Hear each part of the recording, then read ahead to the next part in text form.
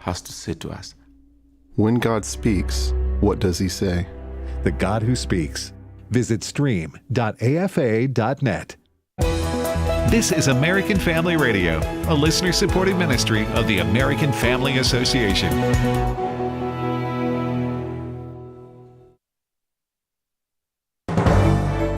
American Family News, I'm Rusty Pugh. Israel is reportedly near a deal with Hezbollah on a ceasefire.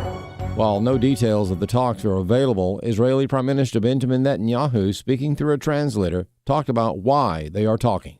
So why have a ceasefire now? Three main reasons for it. One, focusing on the Iranian threat. And I'm not going to go into and expand on that. Two, refreshing our forces and getting armaments. I'm not going to hide it from it. There were many delays in getting armaments and weapons, and this is going to soon. This is going to open up. We will have the armaments. We'll save our soldiers' lives, and will give us additional force to complete our task. Third reason for the ceasefire: separating Hamas and this front.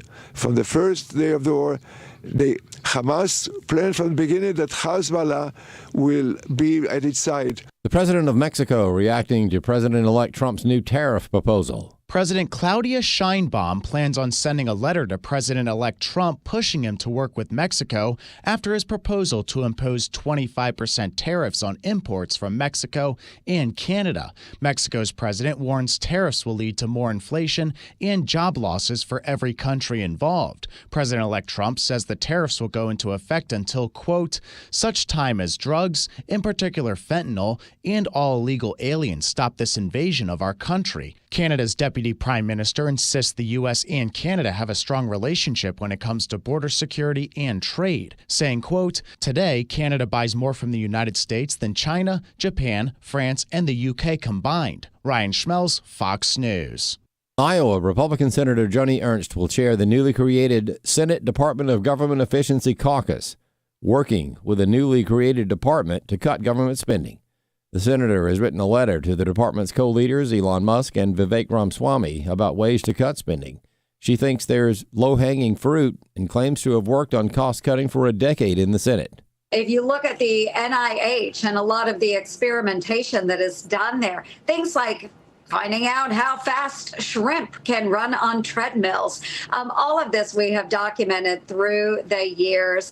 The president of a Chicago area university has apologized after telling students he was discouraged and disheartened over people who voted for Donald Trump.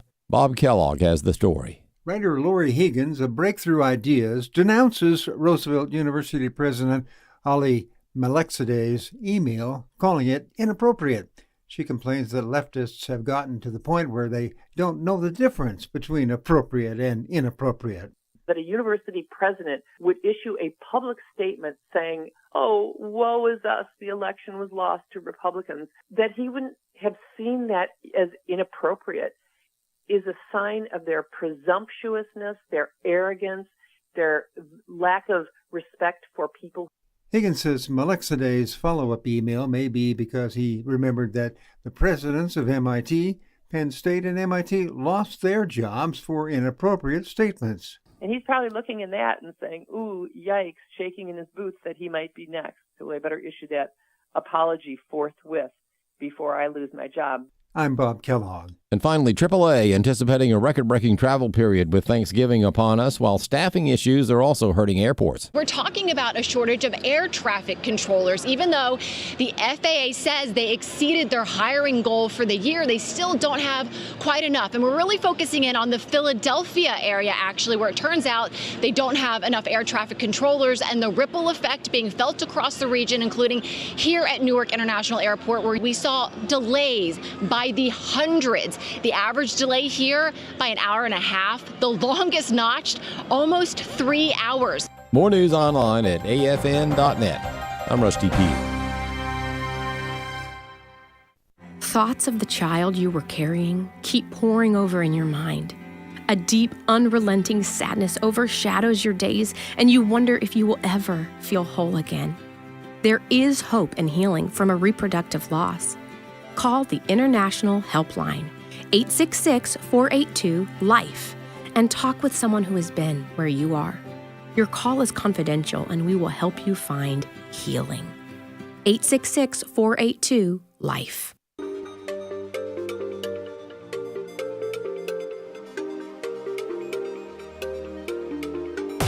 We inform. Religious freedom is about people of faith being able to live out their faith, live out their convictions, no matter where they are. We equip. Sacred honor is the courage to speak truth, to live out your free speech. We also rejoice in our sufferings because we know that suffering produces perseverance, perseverance, character, and character, hope. This is At the Core on American Family Radio. Welcome to At the Core with Walker Wildmon and Rick Green. I'm Rick Green, America's Constitution Coach. Thanks for joining me today. We got a lot to cover, lots of things happening just ahead of Thanksgiving. Hope you got great plans for this weekend with your family, and I hope that you are as thankful for the freedom that we are enjoying as I am, and I hope that you are thankful that God's given us a reprieve and that you're going to step into that saying thank you for that with your actions. I love the quote by Abraham Lincoln in his very short Gettysburg Address, 3 minutes. I got prepositional phrases that are 3 minutes. This guy was able to pack in one of the greatest speeches in history in just 3 minutes. It takes me that long just to get revved up. Anyway, he says in that famous speech how important it is to honor those who make sacrifice, and he tells us how to honor them. He says we need to have an increased devotion to the cause for which they gave the last full measure of devotion. So if you're thankful this week, and if you're starting to make your list, you know, we used to say when I was a kid, count your blessings, count them one by one. If you're going to do that, and then you're going to honor those who made those blessings possible, if you're going to honor those who God used and who gave their lives, sometimes part of their lives, you know, their youthful years serving in our military, some of them giving all of their lives, literally gave all so that we could be free. If you're going to honor that, then the way to honor that is by getting engaged, by being even more involved in the very system that they were fighting to preserve. So I'm thankful this week for freedom. I am thankful that we still have a voice, that free speech is still alive in this country. We were close to losing it. You realize how close we were? We were at the precipice of a totalitarian state. Not like what we typically read about in history of totalitarian states. It was a very different kind of tyranny. It was almost a soft tyranny, as Mark Levin called it even 15 years ago in one of his books. It was a soft tyranny that you didn't feel coming if you weren't really paying attention. It was just kind of that boiling frog thing, little by little by little by little.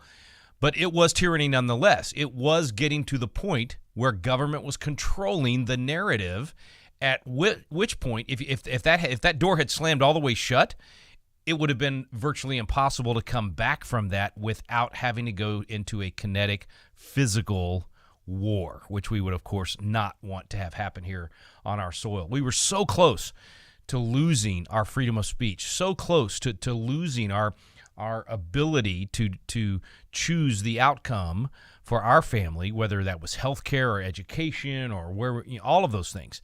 And I am still pinching myself at how big the victory was on election night and how fast the Trump administration is moving to restore these freedoms, to restore freedom of speech and freedom of the press and our ability to petition our government for a redress of grievances and to assemble. And they're basically disassembling, basically tearing apart the strongholds that the left had built at the federal level, and they're doing it so fast.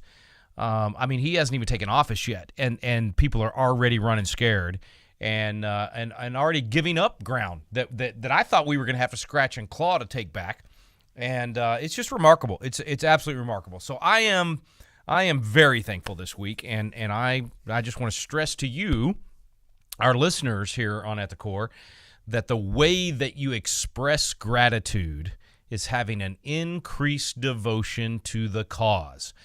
And so look for ways this Thanksgiving to challenge your family, to educate them, to maybe even share with them a little bit of history. maybe this Thanksgiving, instead of just eating and visiting, take 20 minutes. Read a couple of those Thanksgiving proclamations you can find at wallbuilders.com. Read what previous generations were thankful for, and you'll find some major similarities in the things that they were thanking God for in the freedom that we enjoy in this country with what we need to be thanking God for today, because I truly do believe we are entering an inflection point in America's history that we're going to look back on, our children and grandchildren are going to look back on and say, that was when freedom was revived. There was a revival of liberty in our country. There was a revival of the gospel, a revival of actually making disciples. And we'll see that in the behavior of the American people if it's a true revival. So the real measurement's not going to come for another decade or two, but the real work is happening right now, and the ground is being gained. I'm just super, super excited. So I hope you are as well. Hope you're thinking about that as we go into Thanksgiving week. And that this Thursday you spend some time with your family talking about those things. All right, let's hit some of the headlines. Looks like tariffs is a big subject this week already. Donald Trump, of course, has been talking about this all throughout the election. So it's no surprise. This is not a shock to anybody that he's gonna do this. Nothing actually done yet, but already Mexico's pushing back, saying, "Oh, we're gonna respond with our own tariffs, and it's just going to turn into a tariff war, yada, yada, yada." Whine, whine, whine. Squeal, squeal, squeal. Let them squeal. It's like one of my mentors, Dr. Charles Jarvis, used to say, great speaker, by the way. He was the most, probably the greatest after-dinner speaker of my parents' generation. He was just incredible. Love that man. Actually spoke at his funeral years ago, and so many of my jokes and stories I stole from him. Not really. He gave them to me, and he even coached me on how to use them. So anyway, Dr. Jarvis, was always one to say, all right, look, all these people that say, well, I got to vote this way, or, my granddaddy would turn over in his grave. His response was always, let him twirl. So that's kind of how I feel about the response of these other nations crying and whining over potential tariffs that Donald Trump is threatening. He's vowing a 25% tariff for Canada and Mexico, and then, of course, huge levies on China. So let me just start at the 30,000 feet view today on this one with regard to tariffs. Okay, I have debates with my oldest son on this all the time because he's an economics was an economics major. Got his economics degree at 17, by the way. So for those of you out there that think you got to go spend $250,000 and 5 years of your life to get an undergraduate degree, you don't. He did that while in high school and finished his degree at 17 years old and knows way more about economics than most people that are actually in government.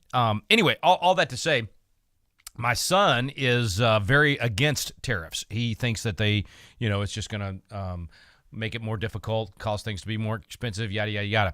I've always been a fan of tariffs. I think the Founding Fathers thought that was the best way to fund the federal government and also gave, advantages to American producers. Here's my thing on tariffs. I think you use them as a weapon when you can, and what I mean by that, I think we should have huge tariffs on foreign oil. I think that's an example of a product that we should absolutely favor American producers and absolutely punish producers through the tariff that are from other countries that, for years we knew that the money we were spending on foreign oil was ending up in the hands of terrorists, that it was getting funneled from these countries into the hands of terrorists, and then they were using that to either fight Israel or fight us around the world. And so to me, that one just makes sense. I understand the arguments against it. It's just a policy decision. It's a gamble. It is going to cause the price of oil to go up, and it is in fact going to make gas more expensive. But it's part of fighting the war against radical Islamic terrorism. It's part of making sure that we have incentives here in America to drill, baby, drill. But you have to couple that, and I think Trump gets this, and we're already seeing it in some of the policies. You have to couple such a thing with making it easier here in the U.S. to produce whatever that product is that you're putting the tariffs on for the other nations. So, clearly Trump has made it obviously clear that he plans to drill, baby, drill. I mean, the people that he's appointing in these positions The way he joked around about RFK, making sure he keeps him away from the liquid gold and keep him over in the healthcare area, which I think is wise. And frankly, I think that's where RFK really wants to be anyway. So I'm actually in favor of using tariffs. I don't know about these, this idea of kind of across the board tariffs. But listen, Trump's brilliant at negotiating and staking out and really playing chess with these kind of things. And very often I think we will find, as we saw some in his first administration, he will use threats like this or rhetoric like this and maybe even implement some of these tariffs in order to get concessions in totally different areas. And so he's playing that game. I think a lot of this is being put out there for that very reason. And he's also just putting Mexico on notice that, business as usual is over. We will use whatever means we have to stop a lot of what's been going on. And so there's another area of this nobody's talking about that I hope he is going to follow through on. You might recall in his first term, he talked about declaring the cartels as terrorist organizations and actually going after them with the tools that he would have if they were labeled terrorist organizations. I've said for a long time, I think the cartels, the Mexican cartels, that should be practice for our special forces. In other words, that should be training for the Navy SEALs and everybody else. Let them go in and wipe these guys out and essentially practice on them. I mean, it's ridiculous that we have let these absolute thugs, these evil, evil people, traffic hundreds of thousands of children into our nation, traffic all this, fentanyl and everything else. And not only the kids, they're trafficking people. It's evil. It's wrong. Why in the world have we let them have operational control of our border? So the Biden administration has done a terrible disservice to the future of our country and to, this is a very important point, and to the people that are being trafficked. In other words, when Donald Trump does what will amount to the greatest deportation effort, it needs to be described. My friend Mark Meckler makes this very clear. I thought it was a great point. It's actually a humanitarian effort. It's not a deportation effort. It's a humanitarian effort. What Donald Trump's going to do will save lives, not only here in America by preventing the cartels, or at least limiting the cartels on the amount of fentanyl that they can get into our country, and the sex trafficking and the kids and all of the evil things that they've done. Not only will it prevent deaths of Americans because you're preventing those cartel and Hamas and all of these other evil people from getting into our country and wreaking havoc in the streets of our nation, not only will it save American lives, it's going to save lives of illegal aliens. It's going to prevent all of those deaths that are happening on the treks to the border and even once they get into the U.S., that dark underbelly of what's been going on. So this is a humanitarian effort. And so I think the talk about tariffs and everything else that he's throwing out there with Mexico and other nations, it's just part of a bigger strategy to finally get America back to the point of being the superpower and having an America first attitude and America first policy that makes other nations no longer take advantage of us. We've been the punching bag for the last 4 years. And frankly, other than during Trump's 4 years, for the previous, probably 15 years. I mean, honestly, I thought George W. did a great job in the first 4 years. Great job, prosecuting a lot of the things after 9/11, but terrible job when it came to the economic response to the crash in 2008 and just set it on a silver platter for Barack Obama to come in and create more big government, spend more money on bailouts, and so it's been a pretty bad run for about 20 years, with just a respite in those 4 years of Trump, and even then he did not have the resolve or the perspective that was needed at the time that he does have now, and so for the first time in 20 years, we've got a chance to put America back on top, and I don't even care about America being on top compared to other nations. What I care about is that we just look out for America, that it truly is an America first policy agenda. And so I think that's way more than rhetoric with Trump. I don't think it's just going to be America first rhetoric. I think it's going to be America first policy. And you see that with the appointments or the nominations that he's making already. Yes, I'm going to get to the one that is terrible.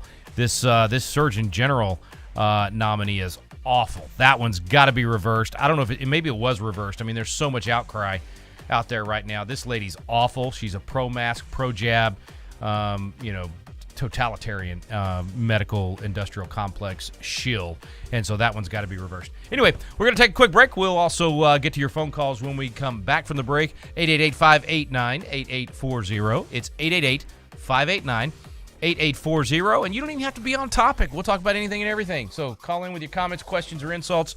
I'm Rick Green. You're listening to At the Core.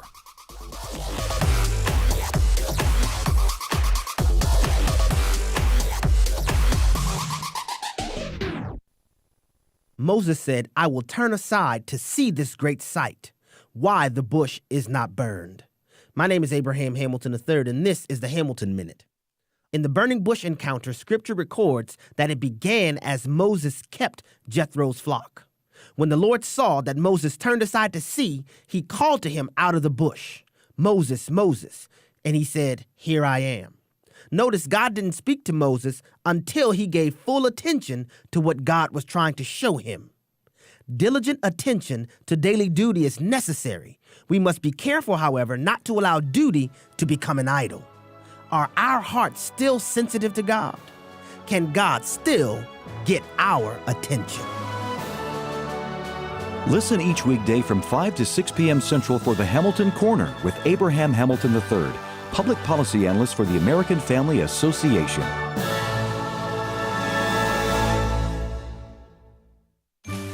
Does the changing of the seasons have you thinking about the future? If you're feeling like you can't contribute as you have in the past, maybe we can offer some help. There are many ways to make an end-of-the-year charitable gift. A cash donation comes with the advantage of a tax deduction.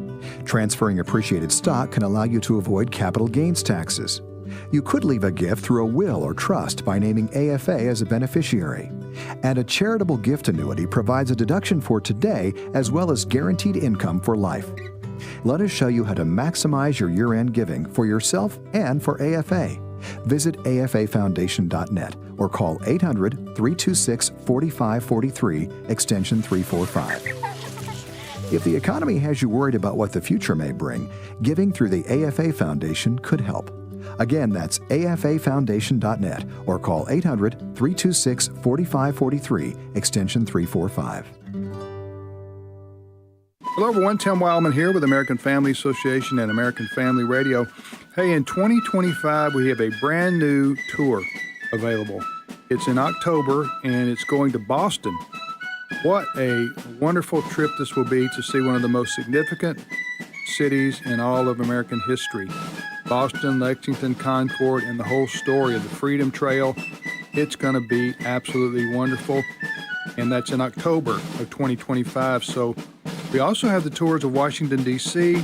and Mount Vernon, and then the Colonial Williamsburg, Jamestown, and Yorktown tours as well. So that's coming up in 2025.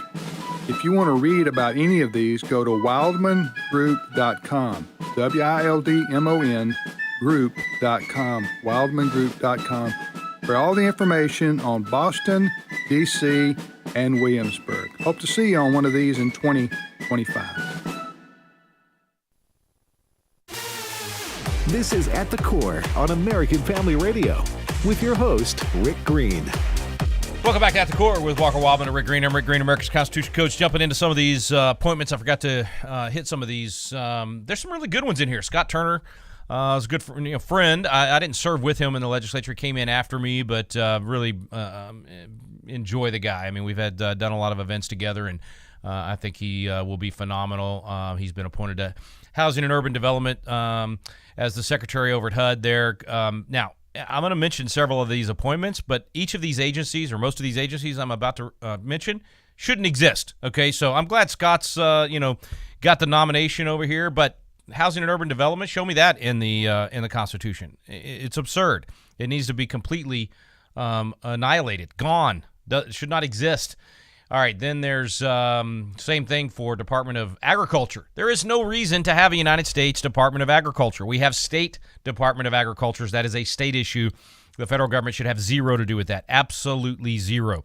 So I'm glad that Brooke Rollins has been appointed there. She's fantastic. She ran the Texas Public Policy Foundation for years and then was in the first Trump administration. She's brilliant. She would be great anywhere that he decided to nominate her. I just hope that she goes in and guts the Department of Agriculture completely, and it should be nothing but an empty building when they're done. That's what should happen over there. Okay, Russ Vought. This is a fantastic appointment. Office of Budget and Management, not new for him. This is what he did in the first administration. Russ is absolutely brilliant. This guy's a savant type brilliant and true conservative, constitutional understanding. I think he is a must in the new Trump administration, and he basically will be the what's the right way to say this? I guess the axe for what Musk and Ramaswamy come up with. So, Elon Musk and Ramaswamy with their Doge thing, that's, not an official, doesn't have the actual power of the administration or whatever. It's essentially an advisory role. But whatever they come up with, whatever they recommend, it'll be Russ that actually implements that in the Office of Management and Budget Director. So I am thrilled that he put Russ back in there. This is a critical piece to it. Unfortunately, I mean, as is typical of Trump, I mean, sometimes he says things that you're like, okay, why is he saying that? And a lot of times he's staking out ground. Excuse me. He's actually, again, playing chess. But remember last summer, I think it was summer, he was lambasting Project 2025, which is actually a fantastic plan. It's a proposal of all kinds of things to right the ship in America. Heritage Foundation, often at the forefront of that sort of thing. And Russ was a big part of that. And so, Trump distanced himself from it, during the campaign. But here we go. He's putting the right people in office to actually implement many of those things. Okay, Attorney General, we lost Matt Gaetz. I mentioned it on the program that, I don't know if he'll get approved. Everybody's saying he wouldn't, but that I loved the shot across the bow. I just loved how it put the left in a tizzy. And, sorry, I had to get a drink there. And it flushed out who our anti-MAGA agenda people are. We kind of knew, that some of these Republican senators were going to be a problem, but they made it very clear. And we ranted about that a week ago, so we won't go down that road again. Pam Bondi, though, is the new Attorney General nominee. She will probably fly through the Senate, no problem. She'll be a great member of the administration. She's not 100% pick, okay? She's not good on some things like red flag laws she's supportive of. She's I'm afraid, got a tendency to maybe use that prosecutorial power beyond what I would recommend or think is constitutional.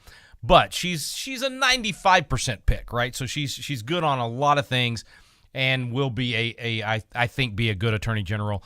I just hope she goes in with the wrecking ball that Matt Gaetz would have gone in with at the Department of Justice. She's not as scary a pick to the left as he was, but I think she can. She kind of puts some lipstick on it. Yes, I'm going to get some hate mail from the ladies out there. She's basically a much prettier face than Matt Gaetz, but yet has the backbone that he has. And if we can just keep her away from any anti-Second Amendment policies, then that will turn out to be a good appointment. Sean Duffy for Secretary of Transportation. I think this is another good one. He was a good congressman, has been a great voice. He and Rachel have been, I think, a really good example of how a husband and wife team can influence the culture, raise a great family, and do things God's way, but also at the same time be influencing the culture. Not just the kids you're raising in your home, but out there in social media and on she does Fox and Sean being a congressman. I just think it's fun to watch them, and I think this will be a fun addition to the administration. Now, I was thinking I was trying to figure out how to say this. Department of Transportation is kind of in the middle on my constitutional versus not constitutional agencies. The Department of Transportation, I think, is constitutional because of the post offices and post roads section of Article 1, Section 8. I think our highway system fits under that. The problem is how much they do. There's a lot of projects that get thrown in under Department of Transportation that should not be federal projects and should be left to the states. And so we'll see if the Trump administration, through Sean, will dial that stuff back and get back to just the bare bones of what the feds should be involved in, which should only be, in my opinion, on the Department of Transportation, should only be dealing with travel across state lines. So that would include, making sure the highway system is good, but not building every bridge in every state and not funneling money to all these local projects and not doing the bridge to nowhere and those types of things. That's where we've just completely gotten out of hand, and we're going to see if there's much of an appetite for dialing those things back.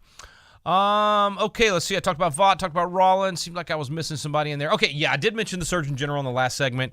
Listen, this is, hey, you got to expect the guy to miss one, right? I mean, there's been so many good nominations. I'm talking like stellar, off the charts nominations that there's going to be a few that just don't ring the bell. Well, the Surgeon General doesn't just ring the bell, man. It takes the air out of the room. She is awful.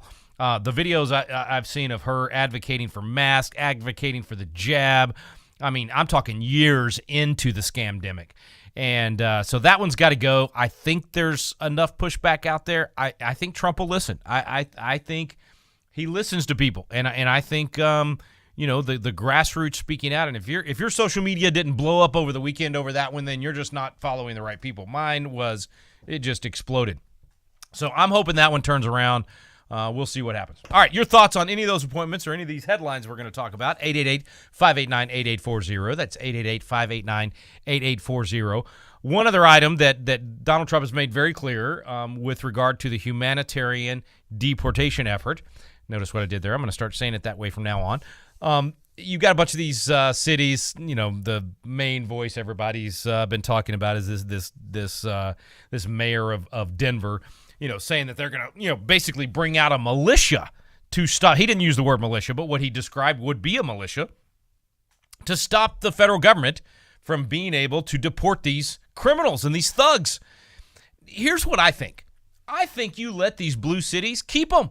Let them have their sanctuary cities. Completely unconstitutional, of course, but let all the thugs move to the blue cities and continue to wreak havoc, continue to take over their apartment complexes, and let the gangs from Venezuela and the cartels from Mexico and everything else, let them run those blue cities until they completely run them into the ground. And if the voters there can't wake up and elect a mayor that actually wants to keep the streets safe instead of cowering to these illegal aliens, then you know what? You made your bed. You can lie in it. I'm at this point where we're not going to save everybody. So, let's marshal our resources to the states and the cities and the communities that are willing to work with the federal government to deport these folks. That's what should be the game plan here. Instead of having to, bow up and muscle up to the mayor of Denver, let Denver fall apart if that's what the people of Denver want. They elected this guy. They can unelect him. They can demand that he get in line with what the people have clearly spoken nationally. And if he doesn't, then so be it. I mean, that the people are going to have to live with the pain that they've created.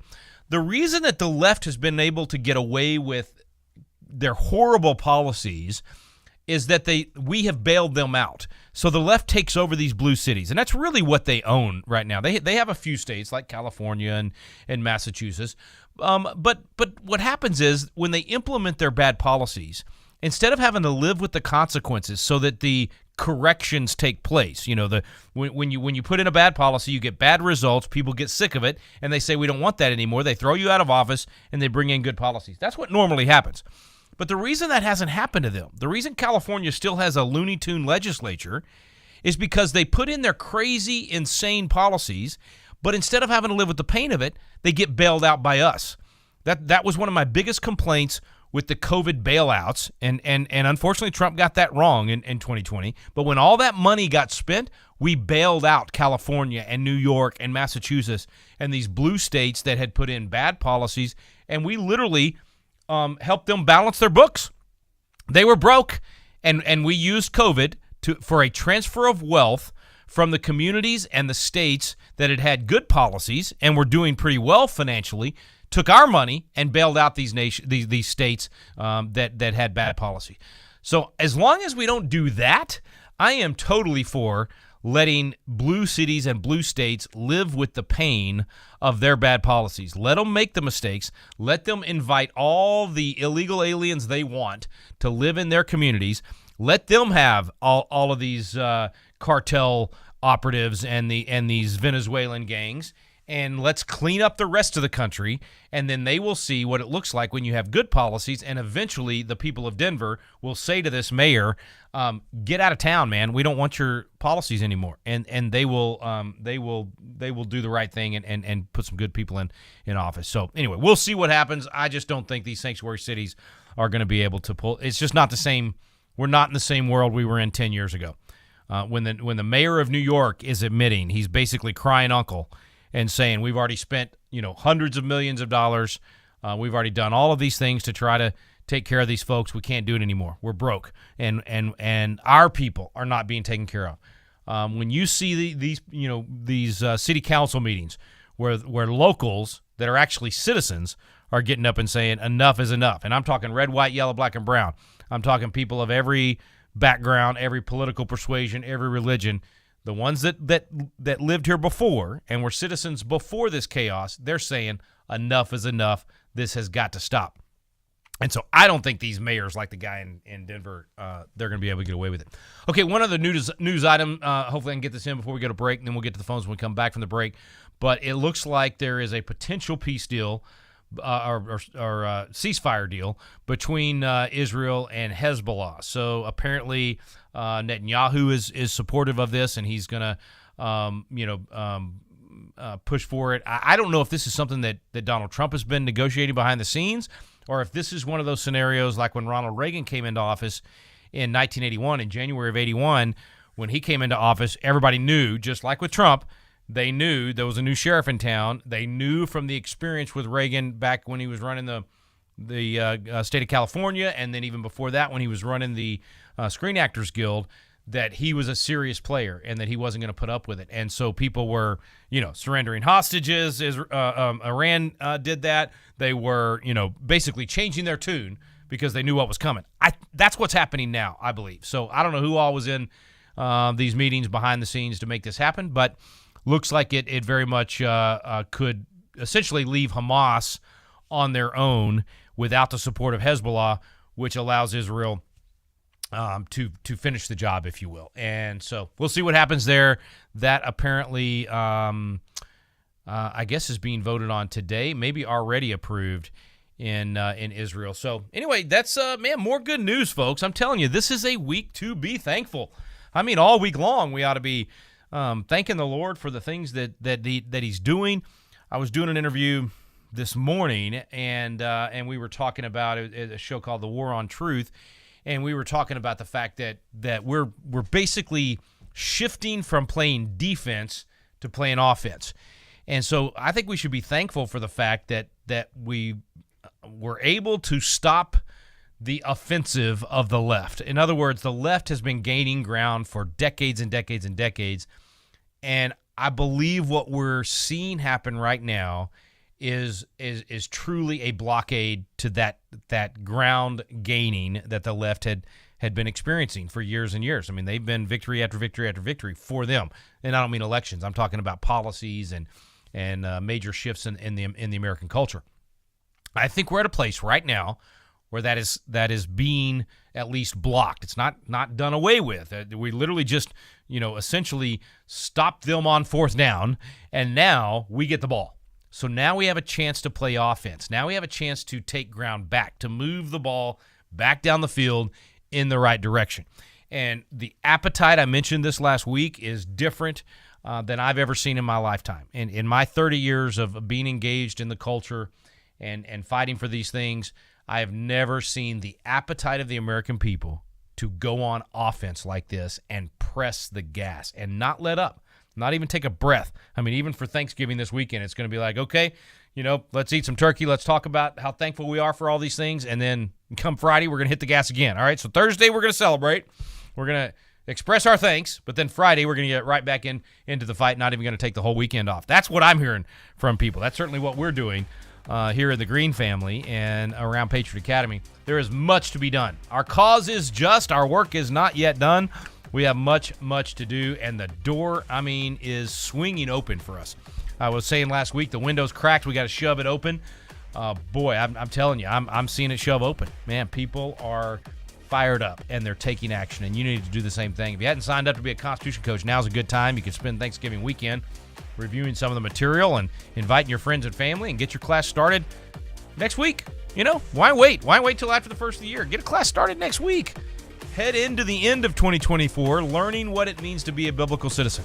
You can sign up for that at patriotacademy.com. Check it out today. We'll be right back. I'm Rick Green, America's Constitution coach. You're listening to At the Core with Walker Wildmon and Rick Green.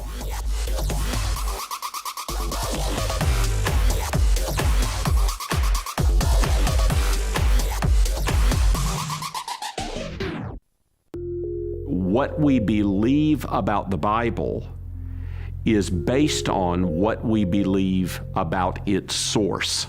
The God Who Speaks, the award-winning documentary from the American Family Association, is now available in a special limited edition DVD set.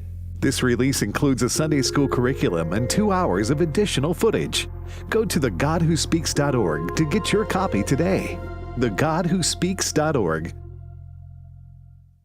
The American Family Association's mission is to inform, equip, and activate individuals to strengthen the moral foundations of our culture. We also support the church. Our goal is to be a leading organization in biblical worldview training for cultural transformation. We believe that our ministry, as well as everything in the heavens and on earth, belongs to God, and our role is that of a trusted manager. Thank you for standing with the American Family Association. The devastation that occurs after disaster is heartbreaking. Hi, this is Steve Tiber with 8 Days of Hope. What would you do if a tornado ripped through your community or a hurricane flooded your home? What if you were facing the loss of a loved one? How do you even begin to walk the road to recovery? Since 2014, 8 Days Hope has been traveling the country with our Rapid Response Ministry. This ministry goes within 72 hours of a major disaster. We bring volunteers and leaders and $1 million of equipment to love those in need.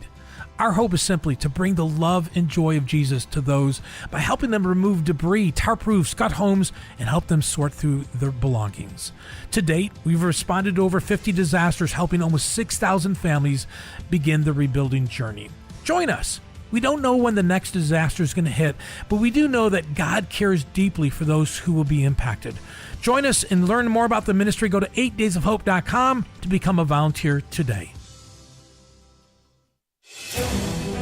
Over the years, I've made many lists, mental and written, of the blessings God has poured into my life, and I'll admit each of them is incomplete.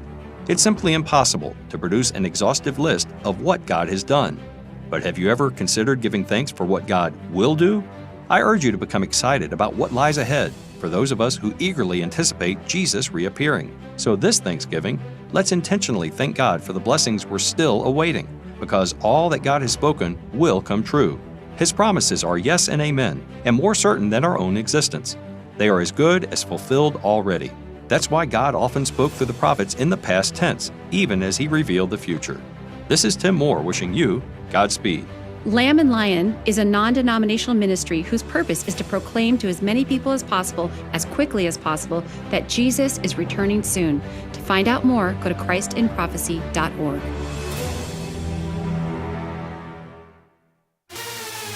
This is At the Core on American Family Radio with your host, Rick Green.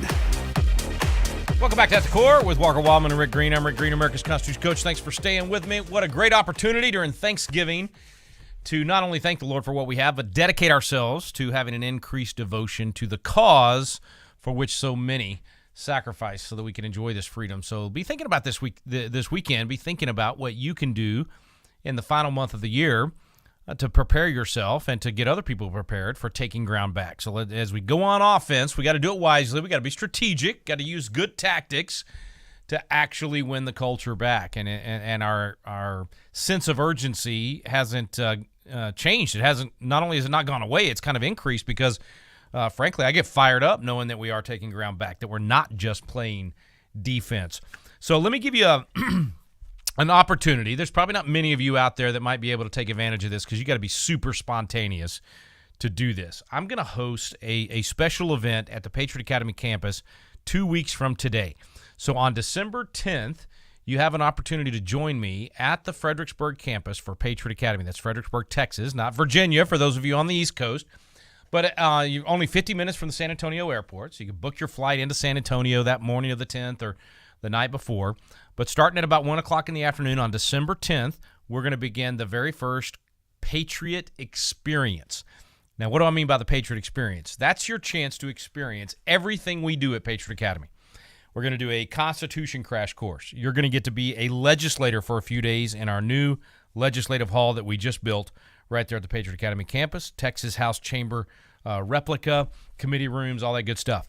You're going to get a public speaking workshop. If you ever wanted to get some training on how to get up in front of a committee and speak, or in front of a Lions Club, or at your church, or whatever it might be, we're going to put you through some really good public speaking training.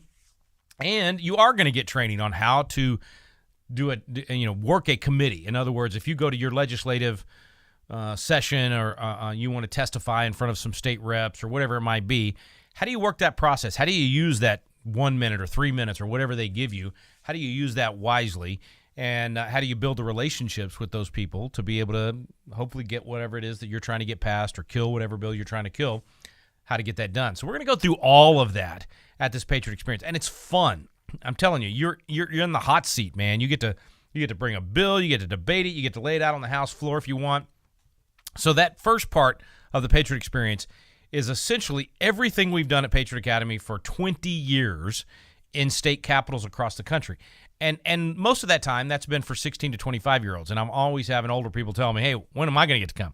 I'm older than 25, but I'd love to do that. Well, now's your chance. So this is all ages, basically 11 and up, because on the House floor and that sort of thing, you need them to be at least 11.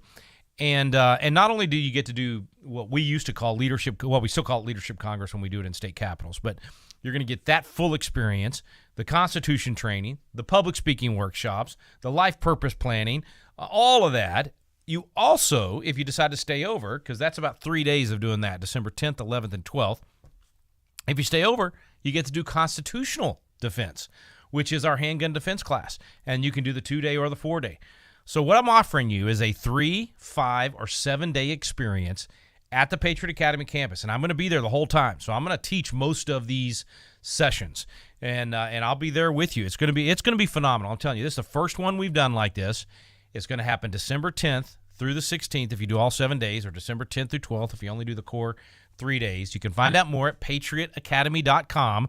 You only got 2 weeks, and it's probably going to be full by Friday of this week. So if you want to do this, we just announced it just a few days ago. This is a very spontaneous, last-minute thing, but it's going to fill up, and it'll probably be full by Friday. So you need to get online right now, patriotacademy.com. Decide if it's something you want to do. Just click on the big X there for the experience, Patriot Experience, and you can watch the video. You can see what it's going to be like. And we'll be doing more of these in the future. So I don't, it's not the only time you're going to get a chance to do this. This will become the main program that Patriot Academy offers at the campus. But you'll never have the opportunity again to be part of the first one, the very first Patriot Experience. I mean, it's going to be amazing. So definitely, if that's you, if you're a spontaneous person, or you just happen to have those 3, 5, or 7 days available, and you want to come experience these things, you want to start 2025 fully equipped to start a brush fire of liberty in your community. You want to go back home on December 13th if you can only do the 3 days, or 17th if you do the full 7 days. You want to go back home absolutely fired up, equipped, absolutely educated, and inspired to make a difference in your community and start that brush fire of liberty. You want to do that? Then you need to join me on December 10th. All right, come on. It's patriotacademy.com. Click on the X. It's called the Patriot Experience, and I'd love to see you there. Now, I know for most of you, you're listening and you're going, Rick, there's no way I could do that. That's 2 weeks from today. I can't even ask to get off work for those days or whatever. But maybe for some of you that are listening, you already have that week off. Or maybe, you're retired. I'm going to have some people there that are 85 years old, so don't let your age scare you off from coming. And then there's going to be some that are, 12, 13, 14 years old, which actually makes it kind of cool. I'm really excited about that we're going to have these multiple generations engaging in good citizenship together. talk about not just ceremonial, but an actual passing of the torch of freedom. It's going to be amazing. Absolutely amazing. PatriotAcademy.com. Check it out today. And if you can't come do that, physical training that we're going to do and get that intellectual training in person at the campus, then at least sign up as a Constitution coach and become someone right there in your home or your church that's hosting the intellectual part of this, the Constitution classes and what the Bible says about how to be a good citizen, that sort of thing. So PatriotAcademy.com. All right, I didn't mean to make a complete infomercial of this segment, but I'm just excited about this. I got to tell you folks, when I say we're taking ground back, when I say we're moving from defense to offense, you can't do that if you don't have the strategies and tactics to win. You cannot go on offense if you don't have the plays. You got to have the playbook.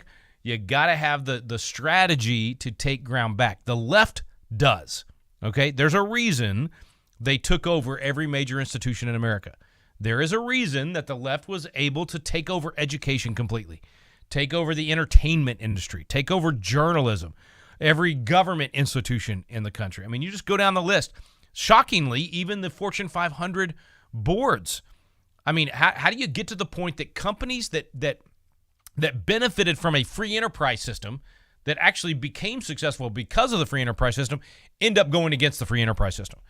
The left was absolutely successful in taking ground in America. And they were able to do so because they had strategies and tactics that work, because they understood the system and they knew what to do. I hate to say it, folks, but they were better men of Issachar than we were. They understood the times and knew what to do. Now it's our turn. Now we need men and women of Issachar that understand the times and know what to do. So to understand the times, you have to understand the system in which you have been placed. You have to understand how a constitutional republic works. You have to understand how to work the constitutional republic. In other words, how do you work the system? When I say the system works, but we have to work the system, what do I mean? How do you give or refuse consent of the governed? When you go into the Declaration and it says that to secure these rights, governments are instituted among men deriving their just powers from the consent of the governed, what does that mean? It means that government can only do what we want it to do, but we have to be willing to stand up and say, I give or I refuse my consent. And there are a lot of ways to do that, whether it's like I was talking about testifying in committees or showing up at your school board and speaking or running for office and actually taking that seat at the table and being the one to block the bad stuff and propose the good stuff.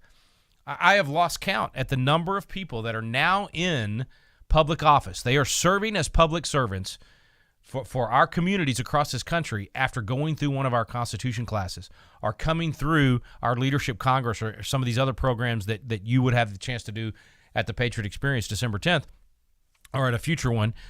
I've lost count. I mean, I'm talking hundreds of people that are now in state legislatures. They're in the United States Congress. They're in school boards across the country, city councils, they're judges. I mean, you name it. What about you? What's your role going to be? What are you going to do in 2025 to take ground back right there in your community? What can you do to lead the way at your church or maybe even, I'm not kidding when I say this, your HOA? I mean, I'm not talking about just taking over legislatures, folks. We got to take over the homeowners associations. We got to take over the water districts. We got to get good people that know what it means to have a limited government and make sure that government is only doing those things that only government can do and should do and that we gave it permission to do. That means we got to have people elected to our city councils, to our county commissioners, to our school boards, to our water districts, to our HOAs, to our legislatures. I mean, every government entity you can think of. We need biblical citizens in those government agencies or in those government entities. Well, agencies too. We need good bureaucrats, frankly. We need people that are trained in all these things that then go into public service, not in an elected position, but they serve. A lot of these people I talked about in the first segment that are getting appointed and serving. For every person you're seeing that Donald Trump is nominating to serve in some capacity that requires a nomination, there's 1,000 other ones that are moving to D.C. to serve in those agencies and help to right the ship, to help us turn this nation around and restore our republic. So I don't know what your role is. I don't know what God's kind of pricking your heart with right now, what he's telling you that you're qualified to do. And maybe that's one reason for you. If you don't know, if you're kind of listening to me right now and you're going, man, Rick, I want to make a difference. I want to be a part of it, but I don't know what I have to offer. I don't even know what skills I have that would fit in helping to save a nation. I mean, what can I do? One of the things that we will do at Patriot Experience is we'll spend time on what we call living your purpose. I wrote a book on this years ago, and it's not a shallow, live your best life now kind of thing. It's literally, what's your purpose? What's that? There's a scripture about that he'll give us the desires of our heart. What's that desire of your heart that God planted there? What's that seed that he put in you where when you do that thing, you feel his pleasure? The Eric Liddell quote from Chariots of Fire, the guy that was an Olympian that wouldn't run on the Sabbath. And he said, I believe God made me for a purpose. And when I run, I feel God's pleasure. Well, for me, when I run, I don't feel anybody's pleasure, let alone God's, because I hate running. But when I'm doing Patriot Academy, when I'm out there working with young people and teaching them how blessed they are to be Americans, when I'm training candidates, when I'm working on public policy, when I'm in this arena, when I'm doing this show, I feel God's pleasure. I love doing this. You might be looking for that next thing that you can love and that you can really put your heart into, that you can pour yourself into to help save the nation. It may be that you're going to run a soup kitchen in your community. It may be that you're gonna start some sort of ministry within your church that's going to reach out to some area in your community where the needs are not being met. It may be that you're going to be a Constitution coach and you're going to be the one at your church to educate people on biblical citizenship. It may be that you're going to run for, I don't know what it is, but I would love for you to come to the Patriot Experience December 10th. And even if for no other reason, when we do that workshop on living your purpose and you ask those questions that we go through, you will find what that next mission is for you. I hear this from military veterans all the time. We do a military veterans leadership congress, and a lot of times when they come home, they've been so filled with purpose when they're out there fighting for our country or serving in the military, and then they come home and they're like, man, I don't like what I'm doing, or I don't feel like I'm making as big of a difference, or whatever it might be. And they almost to a person, when they come through our program, at the end of it, they go, now I understand what I was fighting for, and now I know what my next mission is going to be.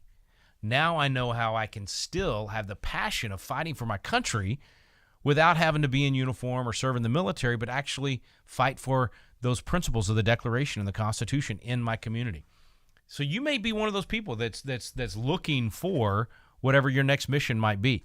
You may be looking for, you might be 60, 65, 70 years old going, what's my convergence? What's my point? All these years, God's taken me through all these different things in my life. What can I do now to apply what I've learned and use the skills that he's given me over those years to pass the torch of freedom to my children, my grandchildren, my great-grandchildren, the next generation? If that's you, friends, I can promise you. I absolutely promise you. I'm talking money-back guarantee promise you. If you come through the Patriot Experience, you will leave inspired to make a difference, and you will find that next mission. You will find what it is that you can do in your community in 2025 to make a difference for our country, to pass the torch of freedom to your kids and your grandkids. So I hope you'll consider coming to that, and whether it's this next one. I know that's, again, 2 weeks notice. So I'm not giving you much notice, but I hope you'll consider taking a Constitution class and beginning to prepare yourself for 2025. I hope this weekend, as you're giving thanks for all of the freedom that we enjoy, for your family, for the ability to even speak freely again, to share the gospel and to make disciples of all nations. The freedom to do those things, let's be grateful for it. And then let's show that gratitude by taking action, by increasing our devotion to the cause for which they gave the last full measure of devotion. That's the way that I think we can enjoy our Thanksgiving this weekend, but then come out of that Thanksgiving fired up to make a difference, not just in the last part of 2024, but man, I'm thinking all through 2025, all the way to July 4th, 2026, which I'm going to talk a lot about in the last couple of weeks of the year here. Man, we got a big celebration coming, folks, the 250th birthday of the nation, and it's not far away. We're talking a year and 8 months, 9 months now we're down to. So we got a lot of work to do to prepare for that, So we got to teach the principles of the Declaration before we can actually celebrate the Declaration on that 250th birthday, and I'm counting on you to help me do that. I'm Rick Green, America's Constitution Coach. You have been listening to At the Core with Walker Wildmon and Rick Green.